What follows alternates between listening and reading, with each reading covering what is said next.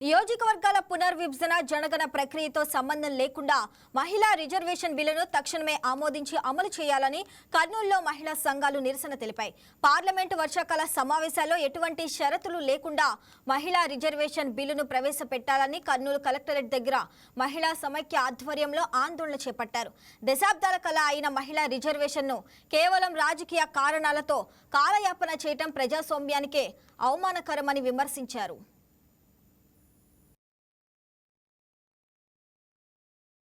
ఈరోజు ఆంధ్రప్రదేశ్ మహిళా సమైక్య రాష్ట్ర సమితి పిలుపులో భాగంగా కలెక్టర్ కార్యాలయం ముందు ధర్నా నిర్వహించి అలాగే కలెక్టర్ గారికి వినతి పత్రం ఇవ్వడం జరిగింది.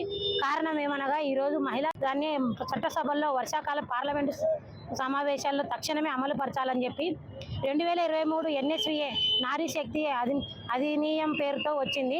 కానీ దానికి డీలిమిటేషన్ జనగణన అనే పేరు జోడించి ఇంకా ఇంతవరకు మహిళలకు 33% రిజర్వేషన్ ఇవ్వకుండా నరేంద్ర మోడీ గారు చూస్తూ ఉన్నారు. సమాజంలో సగభాగంగా ఉన్న మహిళలకు వెంటనే చట్టసభలో 33% రిజర్వేషన్ కల్పించాలని చెప్పి మేము మహిళా సమైక్యగా మా డిమాండ్ ఈరోజు మేము ధర్నా కార్యక్రమం చేస్తూ ఉన్నాం. ఎందుకంటే మహిళలు అంటే ఎందుకు మోదీ గారికి ఇంత చిన్న చూపు అని చెప్పి మేము అడుగుతూ ఉన్నాము. అప్పట్లోనే మాకు సీనియర్ నాయకురాలు పార్టీ నాయకురాలు పార్లమెంట్లో సభ్యురాలు ఉన్నటువంటి గీతా ముఖర్జీ గారు 1996లోనే రక్తాక్షరాలతో సంతకాలు చేసి ఇచ్చింది. కానీ అప్పటి నుంచి ఇప్పటి వరకు మహిళల మీద వివక్ష చూపుతా ఉన్నారు. ఎందుకు అని మేము ప్రశ్నిస్తూ ఉన్నాం.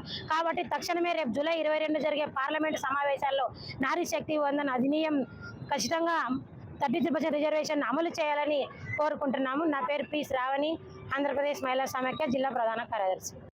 రాష్ట్ర వ్యాప్తంగా ఈ రోజు మహిళలకి 33 రిజర్వేషన్ అమలు చేయకుండా ప్రధాని మోడీ గారు కన్నీళ్లు కారుస్తున్నారు. మహిళలని రాణులుగా తీర్చిదిద్దుతాను అంటున్నాడు. ఈ రోజు 33 రిజర్వేషన్ అమలు చేయకుండా డీలిమిటేషన్ అని కొంత చూపించి మహిళలని కించపరిచే విధంగా మహిళలు రాజకీయాలు రాణిస్తే ఆయన పదవులకి ఏమన్నా అడ్డం వస్తుందేమని చెప్పేసి ఈ రోజు ఆడవాళ్ళని కించపరిచే విధంగా ఆయన చూస్తున్నారు. ఈ రోజు పార్లమెంటు సమావేశాల్లో తక్షణమే 33 రిజర్వేషన్